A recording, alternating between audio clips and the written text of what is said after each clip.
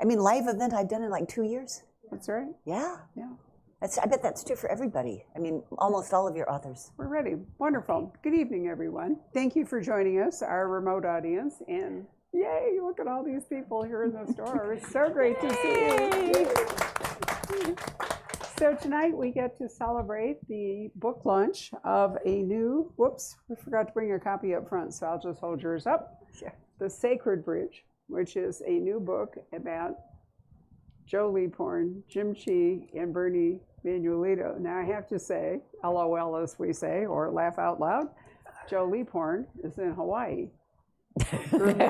Remember how he had this terrible fear of flying and he wouldn't go anywhere? He's overcome it because he didn't swim, and so he's off stage. But Anne can reveal to you that he has an instigating role in what happens in the book. So even if he's not live in the book, his presence is very much felt. So I have a question for you. Could you not figure out what to do with him in this plot, so you just send him to Hawaii? Well, I was so proud of him. In Stargazer, he spends, I don't know, many chapters worrying about, should he go to Washington? Should he not? How can he say he's scared to death of flying without hurting Louisa Bourbonnet's feelings? Finally, he screws up his courage. He goes to the airport. And then I have a friend who's afraid of flying. And I said to her, how did you get over it? And she said, well, I'm not exactly over it, but I notice if somebody next to me looks really terrified, and I say to them, you know, I've flown before and it's going to be okay, and basically passes on what therapists have told her about fear of flying. And so that's what happened to Joe. So it's not that he's over it, but I thought since he's now so brave, it would be good for him to go to Hawaii. And I think the other side of it was I really, when I have these three characters who I'm juggling, you know, Chee, Bernadette, and Joe Leaphorn. And the last book was basically a Bernie book, The Stargazer. So I thought this book should be a Jim Chee book because I hadn't really just focused on him. So that was my plan. And then Bernie is just such a rascal. She does not want to be the secondary character. So then she is giving me grief. And meanwhile, I just didn't have enough pages and really quite enough interesting ideas to come up with a third plot. I mean, I guess I could have written twice as many pages and had the book come out next year, but I'm glad it's here now. Really bad. No. Yeah. No, actually, I think it works extremely well because Joe has a request for Jim Chee, and that request is what sends Jim to Lake Powell and the Rainbow Bridge. But excuse me, I'm sorry about my voice. I might as well confess, I have this weird fungal infection caused by a variety of things, possibly old age. Or as my friend Diana Gabaldon said to me, you're so old you're growing your own lichens, which I thought was really kind of cruel, but at the same time accurate. Anyway, I have to take this antifungal pills for 2 weeks, and it's made my throat just bizarre. So I'm sorry I sound so weird. I know, why? Anyway. Gee, I'm sorry, I don't have a friend like that. It's the scientist in her, you know, she just can't help it. Anyway, where was I? Oh, Lake Powell. I thought how many of you have been up to Lake Powell? Oh, great. And you've been to the Rainbow Bridge? And you know how wonderful, okay. But, you know, the dam is a somewhat controversial structure was when it was built, and now, as you all know, there's a lot of anti-dam sentiment and activity as other sources of power have become important, like wind and so forth. So I used to live in Tennessee, and the project there, TVA was really for flooding. It wasn't really for power, but there were terrible, terrible floods. And that makes some sense, but where rivers are dammed or whatever, just for power or recreation, then you do have to ask yourself whether wild rivers really aren't the better way to go for nature. And of course, the drought has really exacerbated it. Yes. But in a way, the drought came in handy when I was writing this book because the water level is low, a lot lower. a lot of the archaeological sites that initially were submerged by water are now kind of coming back, and it's really interesting. Mm-hmm. And so I was, able to talk about that a little bit. You did. No, I thought you did a wonderful job balancing. I love the way that Anne always goes to an interesting place. It has to have a Navajo connection, right? But at the same time, we really get to, and your dad did that too so nicely. You get to travel to spots you might not have gone. I would never have gone to the Malpais driving back and forth to Santa Fe if Anne hadn't written her, was it the third book? Yeah, Cave of Bones. Right. Yeah. And now, do you know if you go across Highway 60, there you can turn and drive up to I-40 and go through the Malpais, which is a really fascinating volcanic lava rocks, all kinds of gorgeous stuff. So, well, one of the challenges for me in writing this book, of course, was the pandemic. I mean, that was a challenge for everybody. But my inspiration often comes from going to the places that I'm writing about and actually spending some time there and talking to people and walking around and just getting a sense of what that place is really like. So when I first thought of writing this book, I was going to do a big opening scene at Antelope Canyon. And I had never been to Antelope Canyon. I thought, well, this is great. I can go someplace I've always wanted to go, and it'll be a business expense. But unfortunately, because of the pandemic, the Navajo Nation just closed down to all outsiders. So I kept waiting and imagining how glorious that opening scene would be. And finally, I realized it was just not going to happen. So I had to sort of allude to Antelope Canyon. And luckily, there's YouTube, so I could, kind of visualize it. But I wasn't able to write the scene that I thought I would write. But in the end, I think it worked out for the best. So I'm not complaining. But the other problem the pandemic caused, the second story, the Chee and Manuelito story, has to do with a cannabis operation that's on the Navajo Nation, and the big use of water and how they've positioned it as actually hemp, but then they're growing different kinds of cannabis plants. And so I thought, if I'm going to write this scene, I should really go to one of these operations. So I called several of them. New Mexico is just legalized marijuana. So it was right on the cusp of that.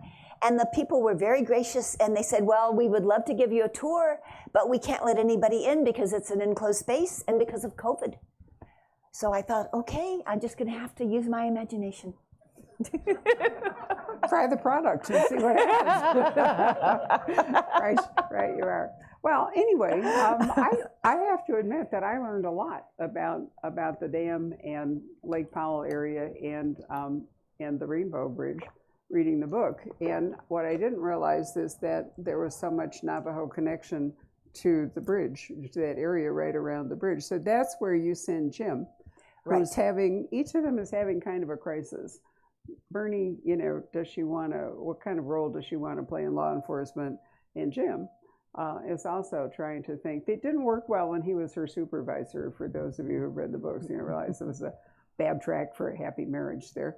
So what did you do? This is where Leaphorn comes in. How did you get Jim to go over to that area?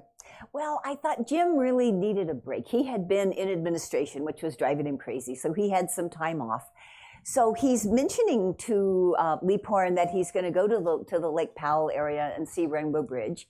And Leaphorn says, well, years ago, there was this cave that I found where there was a wonderful trove of sand paintings, sort of like a library, a sacred library.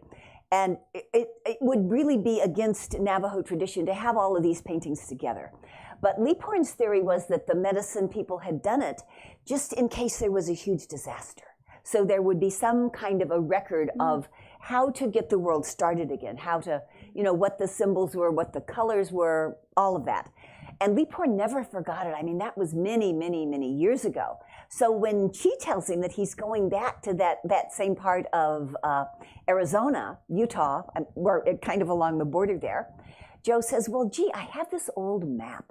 Why don't you take this map with you and, show it to some people who know the area and see if you can find it for me. So besides his trip to Rainbow Bridge, the idea that maybe he could find those sand paintings and see if they're still there or if they were destroyed when the water level rose in the lake.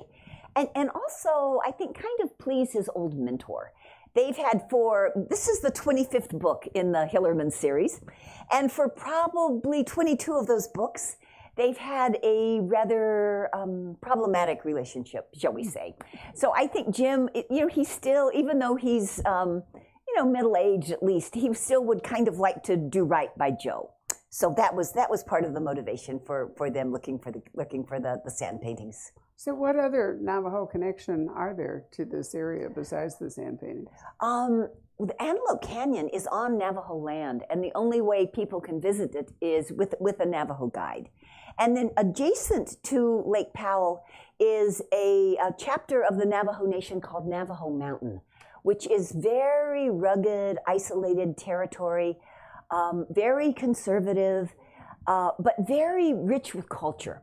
And so I thought one of my goals in continuing the series is to try to take readers to places that my dad didn't write about when he was writing the series. And I thought, well, he had never taken them to Navajo Mountain or to Antelope Canyon, so it would be good to kind of include these. And then again, because of the pandemic, I had to rely on YouTube, I hate to say it, and pictures and some phone calls to sort of recreate what Navajo Mountain would be like. So I'm hoping now that I can travel to go back there and bring them up again in another story. Let's see, other than that, well, there are so many stories that have to do with Rainbow Bridge, lots of creation stories and healing stories. That's a sacred place not only for the Navajo people, but for a lot of the people in the Southwest. And it was one of the first national monuments. 1910 made a national monument. Teddy Roosevelt went there himself. And for a long time, it was basically a few intrepid Anglo explorers and native people who knew it and really valued it. And then when Lake Powell started to fill, it was a lot easier for tourists to come. So at one year, there were 100,000 visitors at Rainbow Bridge. At which point, or probably before that, seeing the writing on the wall, there was a native coalition saying, wait a minute, we're happy to share, but some of these people don't understand what they're seeing. So there were a lot of rules put in place and guidelines and explanations of what Rainbow Bridge was about. But now, thanks to the water dropping, it's harder for people to get there. And the dock that in Sacred Bridge, there's a dock where Jim Chee meets his boat and blah, blah, blah. That dock is no longer in use because the lake is so low. So I was lucky I wrote that while the dock was still there, so I didn't have to make it up. Yes, that was extremely handy. Well, yeah, because you don't normally think of Navajo, sites as being accessible by boat, but in this particular, it seems kind of, Right. I mean, I really love, in Stargazer, I like the very large array. I mean, many of you, if you've driven 60 all the way from Payson to Socorro, have undoubtedly gone by it. And it's so weird. You're driving along and then suddenly there's this whole amazing spectacle over there on the right hand, on the south side of 60. It's one of those annoying things where I keep going by it, we keep going by it, but we never actually stop. That's wonderful.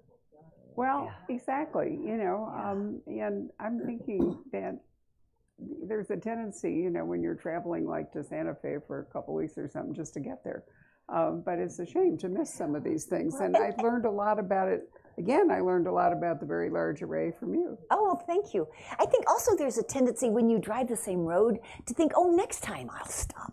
But this time I've got those popsicles in the cooler. I don't want them to melt. Or the dog needs to have her dinner. Whatever the case or is. Or meeting the kids in Santa Fe for dinner. Yeah, I mean, there's always always something. I think that's one thing the pandemic has kind of taught me is we should take advantage of particularly opportunities to be with people. I mean, opportunities to see things, but particularly the things that have to do with human interaction.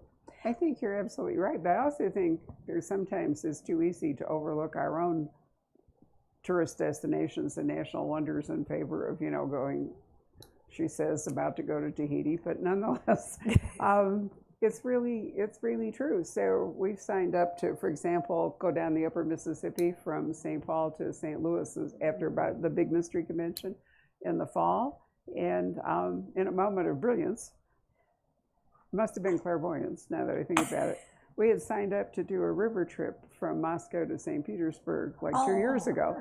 And last September, I mean, way before all this happened, I was increasingly uncomfortable. And I said to Rob, yeah, I don't really think, we've been to St. Petersburg like 3 times, and you just want to do this so we can go to Moscow. I don't think this is a great idea. And they allowed us to apply the money to a different cruise that Viking is doing. They're doing the Great Lakes. You can go from Milwaukee to Toronto around the Great Lakes. And I thought, what, you know, it sounds so glamorous to like go down the Danube or whatever, but what's wrong with the Great Lakes? It's not Navajo. I can't think of a thing. I've been reorienting towards, it's cold you know, up there. well, yeah, but I'm from Chicago. But anyway, I've been reorienting towards, you know, not just time with people and family, but towards our own country. And that's one of the things I think so wonderful about Tony and Ann's books, is how much they have taught us about the area around us. I love Stephen Havel's books set in Posadas and the Boot Heel of New Mexico, which is not Navajo country, although he, you know, it's more. And Michael McGarity has written some wonderful books going around. And then we, of course, we have C.J. Box and Craig in Wyoming, and don't have anything much in Utah. No. You know, the book that I'm working on now is set partly at Bears Ears. Oh, good. Yeah, there's an area of Bears Ears called Valley of the Gods, Right. which is magnificent. And so some of my story is going to unfold there. I am so glad. That was an endangered thing, wasn't it, Yeah. up until just recently? It was, yeah. So my new partner and I have made a couple trips out there. And like you were saying, now that we can travel again, I think it's like, whoa, let's go before something else bad happens. So yeah, so we went to Bluff, and there's a wonderful new lodge there right against the Red Rocks. Yep. And then we stayed at that, the San Juan Inn right along the river. Anyway, that is gorgeous, gorgeous country. And it just gave me so many ideas. I had been working on the story. You know, I had maybe 80 pages. And then when I went there, it's like, whoa, now I can really write this. So I don't know. I'd have a hard time writing science fiction.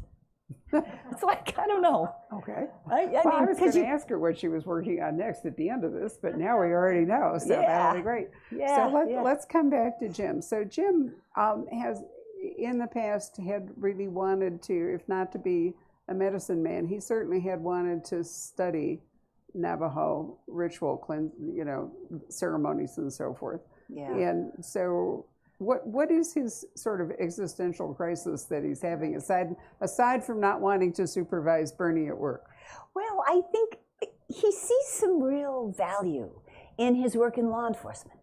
You know, he's done it for a long time. He doesn't like the politics of it. He certainly does not want to be in administration.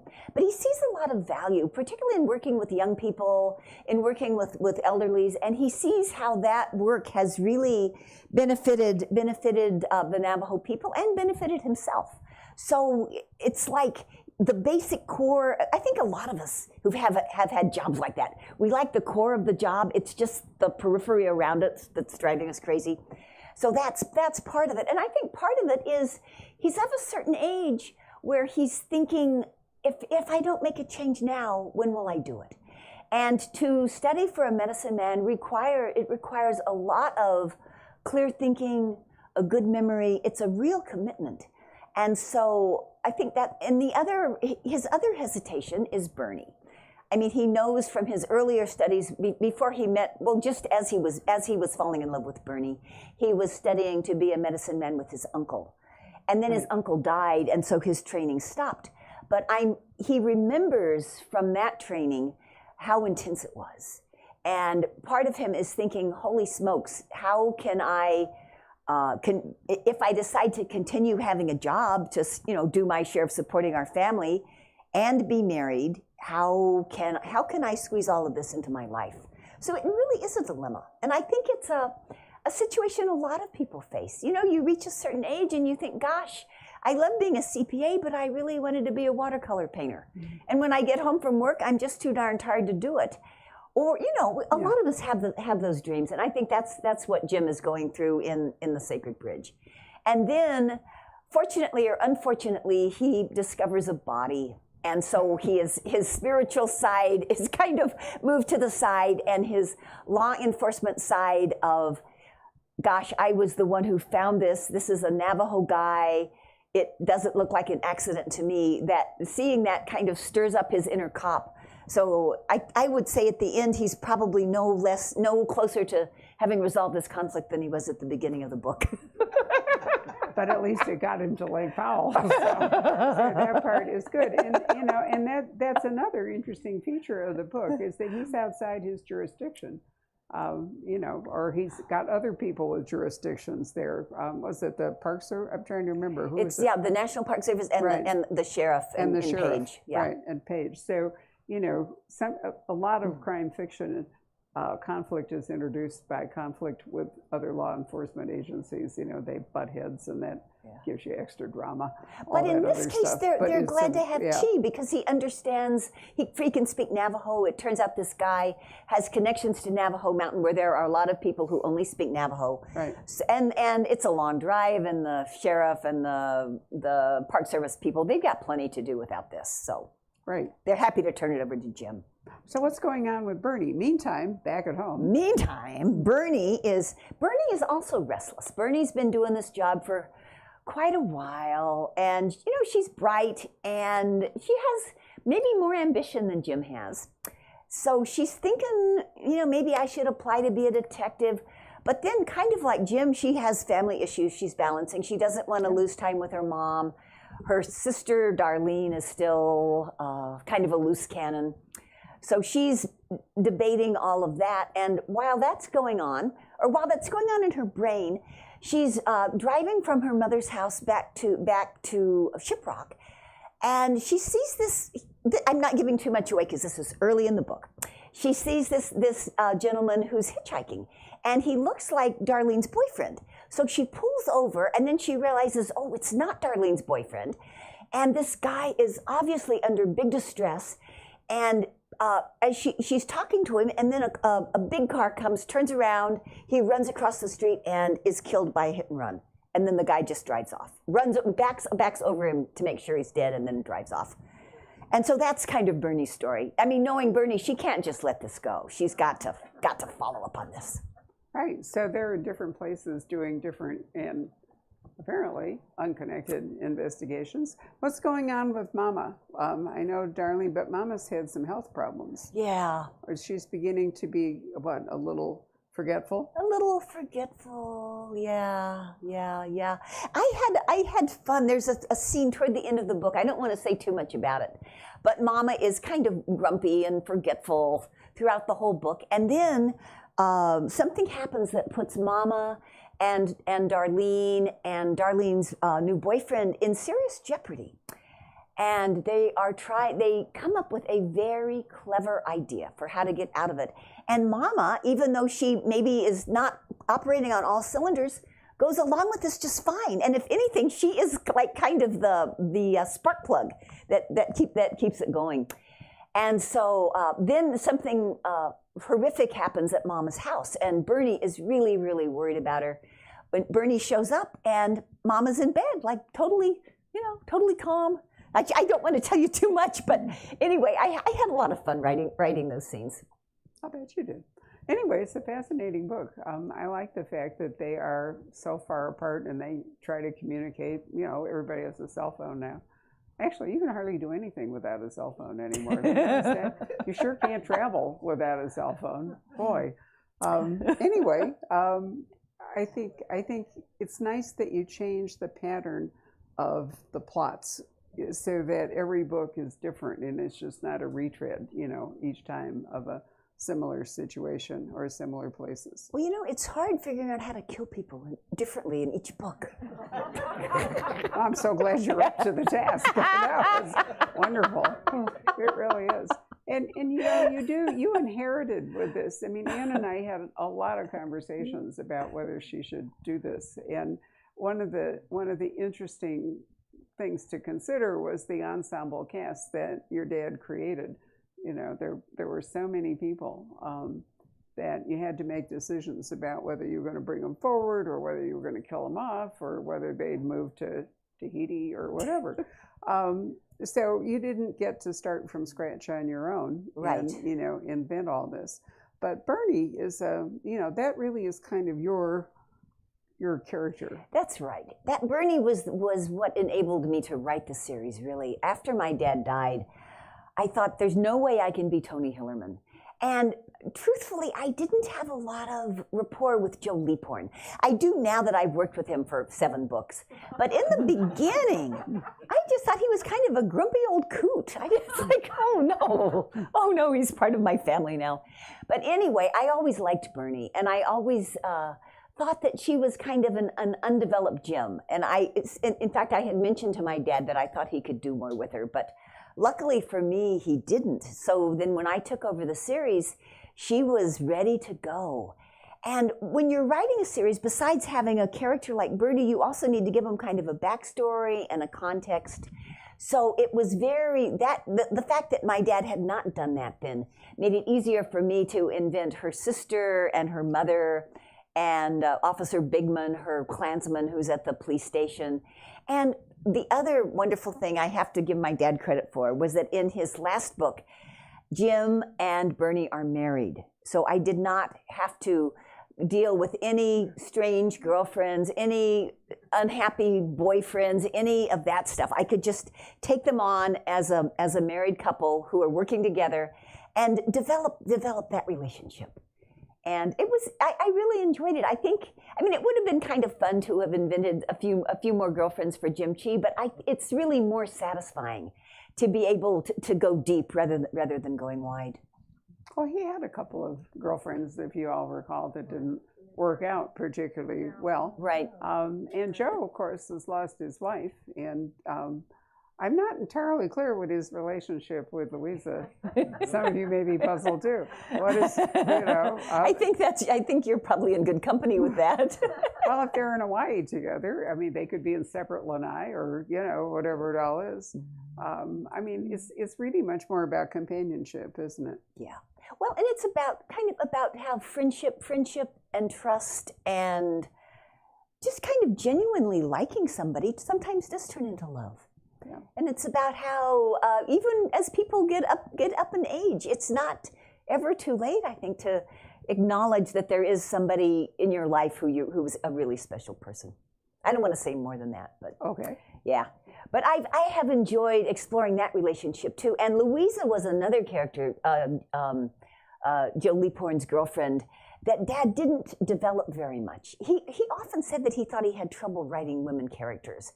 And so Louisa's just kind of a cardboard figure. Mm. So it was fun for me to kind of flesh her out and give her some personality and give her some gumption when it comes to dealing with Joe. So yeah, I miss them. In the next book, I'm going to have to figure out how they can come back and be a little more part of that forever. You have to bring them home. Actually, one of the challenges for trying to take the Hillerman books and turn them into film is that there wasn't a lot of dialogue. Joe was much more an internal kind of, his thoughts were really what you got, rather than having nifty, zippy conversation with people. And of course, in movies, that doesn't play well because you can't really film it.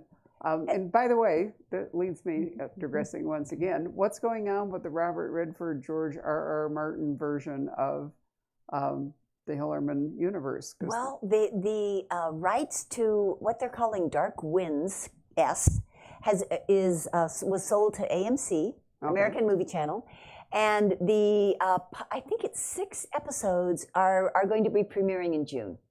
Oh, already? And they're yeah. Maybe I'm not supposed to tell you that, so just erase it from your memory banks. They have been promoting it though, so I think it's okay for me to say it. Anyway, they had a group of Native American writers who worked on the script, and an all-Native cast. So I'm feeling like it's going to be well done. My fingers and toes are crossed. The only thing that makes me a little nervous is that they are setting it in the 1970s, but they are including Bernie. And I'm thinking Bernie wasn't really very old in the 1970s. No, she was. Well, come on, we all suspend disbelief. That's right. To make things. But I think, did any of you see the original TV? Yeah. Right. So I think it'll be interesting to see it reimagined. And they're filming a lot of it on the Navajo Nation, Right. and they filmed some of it in New Mexico. So I think the scenery should be gorgeous, if nothing else. It should. Well, New Mexico, fortunately, as those of you who watch Longmire probably know, has a lot of support for the film industry. States can do that with subsidies and, you know, grants and tax breaks and all the rest of it, which is why New Mexico was Wyoming for Craig's books and why Calgary and that area in Canada is for CJ's books. Nobody is filming in Wyoming, even though we have these 2 books about Wyoming. But I think, you know, for you and your dad's books, that New Mexico, being filmed in New Mexico, is really very special. Yeah, I think so too. I'm excited about it. I'm really hoping that it's going to be an excellent, I mean, movies and books are 2 different beasts, of course, but I'm hoping that they will be true to the characters, even though they're moving them, you know, back, what, 50 years.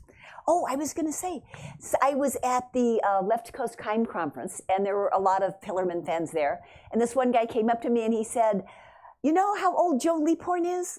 I said, not exactly. He said 92. He said he was 40 years old in The Blessing Way, which came out 50 years ago. I said, well, that's assuming that characters have to age in real time. And that's the wonderful thing about fiction. They don't. remember Spencer and Robert B. Parker started him out as a Korean War veteran. And, you know, by the time he died, he'd moved up to like the first Gulf War or something. But, you know, you can't.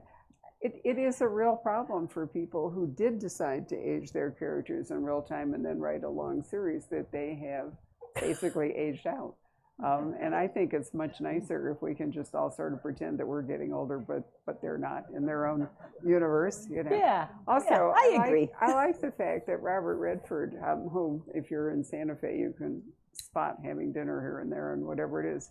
He's kind of small now, and he doesn't look like the Robert Redford of The Sting anymore. But I think it's great that he and George, who also lives in Santa Fe, you know, are invested together in this project. You know, it makes it really particularly nice for a New Mexico I do too. series. Evidently, the movie script is based partly on the book Dark Winds and partly on Listening Woman. So if you all want to kind of get a heads up and then you can see how well they do, you might take another look at those 2 novels. Great idea. And fortunately, they are all still in print. Over the years, the covers have metamorphosed slightly on Tony's books, but not every long series, not every old series like that is still available. But you can go from The Blessing Way right straight forward, which I think is wonderful. Also, I think that company that makes the map, we updated it when you wrote, was it the first book or the second book? I think the second. Right, I think it was, so we brought it in. Rock There's with a Wings. little company in Colorado that does like a Hillerman country map. I think we might have sold out of it again, but because we haven't had a lot of demand for maps and travel over the last couple of years. But now that it's coming back, we can maybe do that. And then we've apparently run out of copies, but James McGrath Morris has written Tony Hillerman, A Life, a wonderful biography, as opposed to Tony's book, Seldom Disappointed, which is an autobiography. So that's, you know, what he wanted to say about his life, where Morris is more of a scholar and he's writing. Anyway, it's up for an Edgar Award for Best Biographical Work. And I'm really pleased because when Tony wrote Seldom Disappointed, there are at least 2 stories, but I tend to believe that the publisher would not have failed to submit it to the committee, and the Sherlockian that ran that committee and awarded it to the Sherlock Holmes novel, I don't think was very truthful. Sorry, Daniel, if I'm slandering you, but that's the way I feel. Anyway, I'm hoping that the Morris book will actually do well, because I think that Seldom Disappointed, which I thought was fabulous, should have won the Edgar that year. If you've never read it, it's available in paperback, and it's really a marvelous book. Tony had such an interesting life. And in Morris's book, he talks a lot more about Tony's earlier life than your dad did in Seldom Disappointed. And he also talks a lot more about his career in journalism. Well, right, and your mother, and you know, all kinds of things. But what it was like to be an Oklahoma farm boy, for example, you know, I mean, life has changed so dramatically from the 1920s to the, you know, 2022 20s. And it's a real window into a life that doesn't even exist anymore. Yeah. And he has a lot of wonderful pictures in that book too of Oklahoma and my dad's elementary school at St. Mary's with the nuns and all the little Potawatomi kids. Yeah, it's a lovely book. He and I worked closely on it. And when he first said to me, I want to write a biography of your dad, I said, well, what about Seldom Disappointed? Didn't he kind of cover the bases? He said, oh, there's a big difference between a memoir and a biography. Huge. He said, a memoir is kind of the emotional truth of your life. But whereas a biography, you do the research, you do the dates. And also he had, I think this is his 5th biography. Mm-hmm. So he really he knows his craft, and he used a lot of the creative nonfiction skills in that. Plus, you introduce other people's point of view. A memoir of necessity, is a first-person narrative. It's how you feel. Whereas in a biography, you have other people's reactions to or praises of and so forth. Anyway, they're a really interesting pair to read in addition to the whole series. So if you haven't done that, I can truly recommend it. Yeah. Right, so maybe we should open this up for questions because we can't really say too much more about the book without spoiling it for you. Well, we could, but you wouldn't like that. So who would like to ask a question? Oh, I need to say something else about marijuana. Oh, sorry. So how did I miss that? So when I was thinking about that plot, I thought I want this to have an extra twist. So I did a lot of research into medical marijuana. And I found really some interesting uses for it that are sort of mildly accepted by traditional medicine, by pharmacology, but very, very much advocated, say, by people who have conditions that don't respond to modern pharmacology, and particularly people with children who have those conditions. So that really kind of helped me in this book, sort of give insight into the villains. I have a hard time with villains.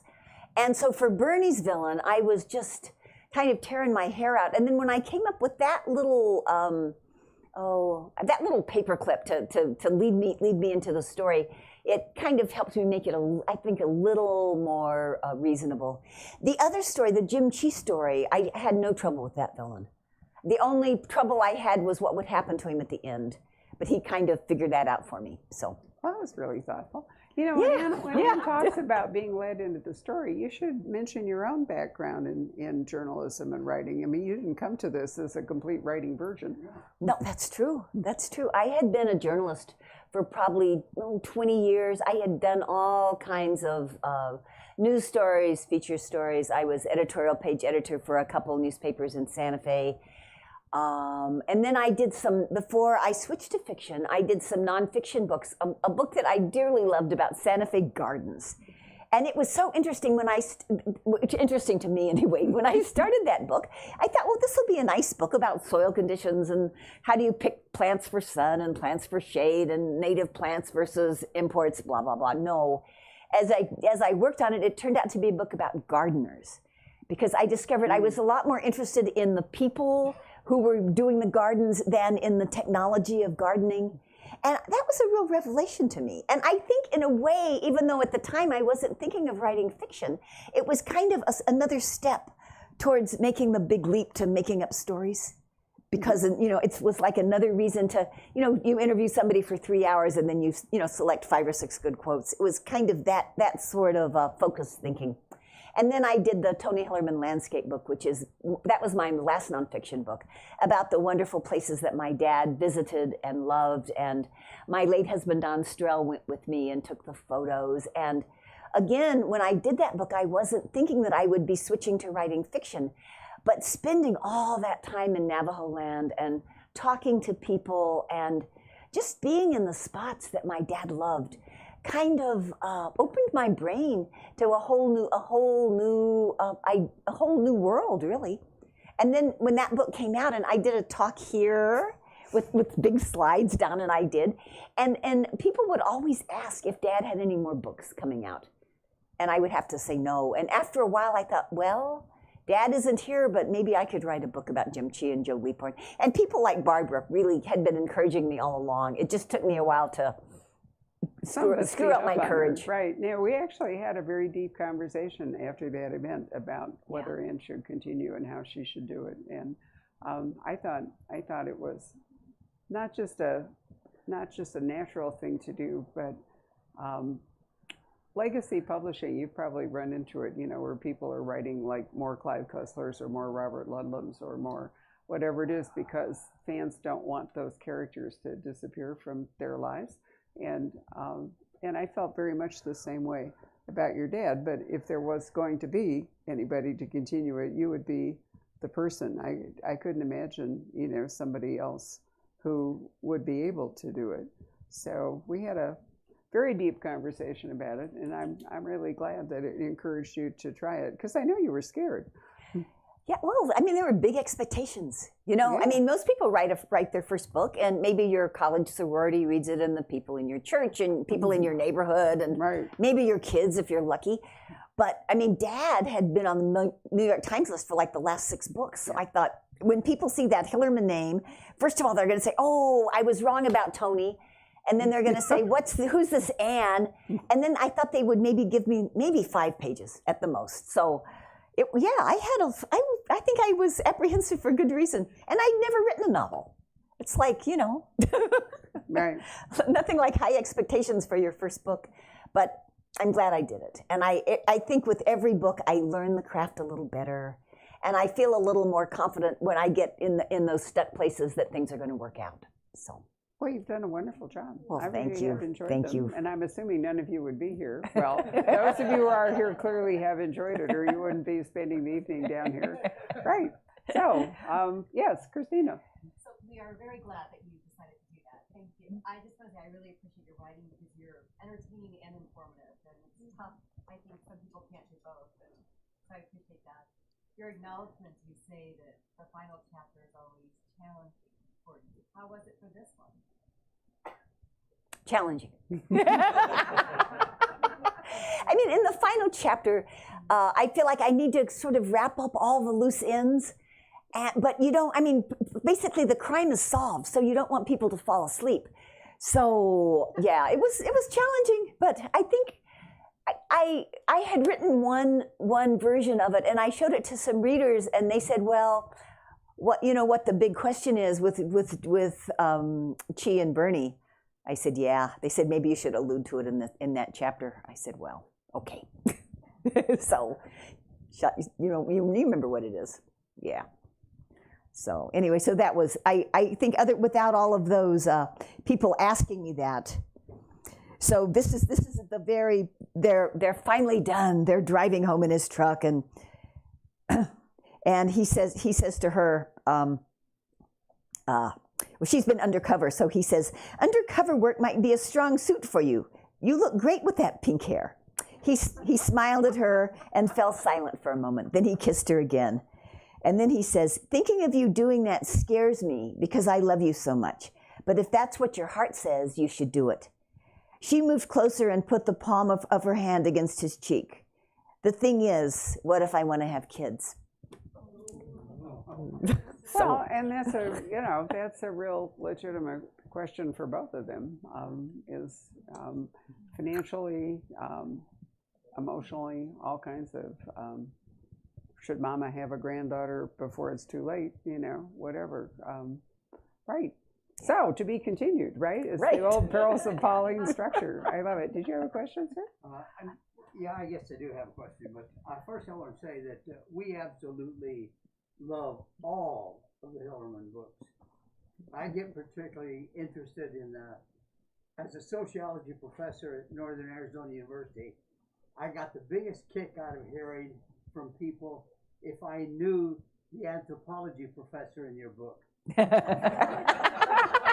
I'll bet you did. and I would shoot back to them some fictional statement like, yes, and I also know Lieutenant Leaphorn, I visit him when I go to Chip Rock. Back when Lynn and I passed over the bridge, there's a trailer court down there by the river. That's where Jim Chee lives. Yeah. But my question, have you ever thought of doing a revised trip through the reservation, Hillerman trip, like you had? Oh, I used to do, Rhodes Scholar asked my husband and I if we would go with them on some of their trips and talk about the places in Dad's books and places in my books. I love those trips, but I'm just so busy now that I haven't actually considered it. Oh, yeah. Yeah. Yeah, It's hard work to write a book. Well, and it seems like you would think it would get easier, but for some reason, every book I have more ideas and it gets a little more complicated, and then It was a highlight in our lives. Oh, good, good. In mine too. Anyone else? Do you Yes. have other storylines of completely different characters in mind? That is a really interesting question. The book I'm working on now is the last book on my current contract. And I don't know. I mean, I think it would be kind of fun to do something different, but I'm really in love with Bernie and Chee, and there's only so much time to write, and I don't want to commit to something unless I feel like I can really give it a lot of passion and a lot of attention. So I'm debating that, kind of like Bernie is thinking, what's her future going to be, and Jim is thinking, I'm kind of in the same boat with those two. Plus, there might be real harm that comes to her if she discontinues it by truly irate fans, or infuriated booksellers, or whatever it might be. It could be a dangerous thing all the way around. No, I forgot to repeat the question for the video people. So the question was, would Anne consider writing different storylines and different characters? And you've heard her answer, so on we go. And do you think they got the other question? The other question was, would I be interested in doing another Rhodes Scholar trip to different parts of the reservation? And the answer is, I would be, but I would need to clone myself. You would, absolutely true. Anybody else? Come on, we've left you speechless. You want to go home and read? Oh. Did you have any thoughts about writing how COVID had affected the reservation during the time you were writing? So wait, the question is, does Anne have any thoughts about writing how COVID affected the reservation and the closures and all? That's a really good question, and it was tricky because when I was writing Sacred Bridge, I finished that book a year ago in April, and I think nobody quite knew, what was going to happen. If it was, if everything was going to be back to whatever the new normal was, or if there would be new variants. So I deal with it a little bit in Sacred Bridge, but not a lot. And in general, I mean, there are a lot of issues on the Navajo Nation that I just choose not to deal with. I think there are so many negative stereotypes about Native Americans, and I don't want to precipitate those. And dealing with COVID then would be talking about, so many places without running water, without electricity, without good medical care, multi-families living together because of both tradition and because of poverty. And I haven't totally abandoned that idea because I think maybe I could somehow finesse it to tell a story and to bring out the honor in it. But I haven't figured it out yet. Maybe talk about all of these wonderful nonprofit groups that have been helping the Navajo Nation in terms of bringing in electricity and bringing in fresh water.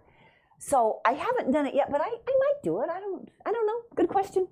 Well, there's some issues that have come up about, different jobs, different economic opportunities, solar power, what about coal, what about mining?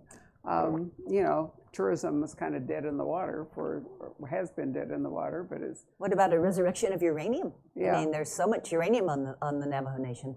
There really is. There's a lot of issues, yeah. Yeah. Betty Webb wrote a really interesting book called Desert Wind about the filming. It was John Wayne and Susan Hayward, and I can't remember who all, but a large Navajo cast, and they filmed it where there had been nuclear testing up there. And everybody in that movie died of cancer.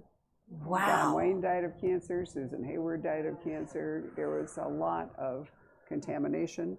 I mean, there are a lot of environmental issues that you could write about, but that's not really the stuff of thrillers too often. More of the time, dead bodies tend to, or other crimes. One of the things I really object to is that most of the time we assume that there's going to be a murder in a mystery, but it doesn't really have to be one. You can have a heist novel, you can have a spy novel, you can have other forms besides just a murder mystery. So you could write one, in fact, without a body, if you really were so. I don't know. Murder kind of gets people's attention, Barbara. Just saying. More so than, oh, I've got a rash. What could this be? You're not thinking deeply enough. Yes, ma'am. You mentioned a little bit in the last book about Joe Leaphorn possibly being on a panel dealing with missing Indigenous women. Oh, I'm so glad you brought that up. Is he gonna do that? Well, in this book, there's a kind of a follow-up in that, and it has to do with Darlene, and Darlene meeting somebody and doing something nice, and then based on that, then Joe Leaphorn hiring her art talent to do something. So I don't want to say too much about it, but yeah, I think that's going to be probably an ongoing theme in my books because it's just such a persistent issue. Well, thank you all very much for coming this evening. Let's give Anne a round of applause. Yay! And I think, would you rather stay here or move to the little table? Which would be easier for you? Maybe the little table. Okay, so you should. I can stay here. This is probably easier for people. Well, I'll it's stay easier here. for This photos. Sure, Do this we is put fine. numbers in your books? We kind of off our game plan. Honestly, we felt like total amateurs the first live event we did. We didn't even remember to put pens out. How many? 1 for 25. Thank you. All right. Right. So ideally, you will line up by number. But I need to go. I talk about not remembering what we're doing. We usually give a book away. I mean, an advanced reading copy of something cool.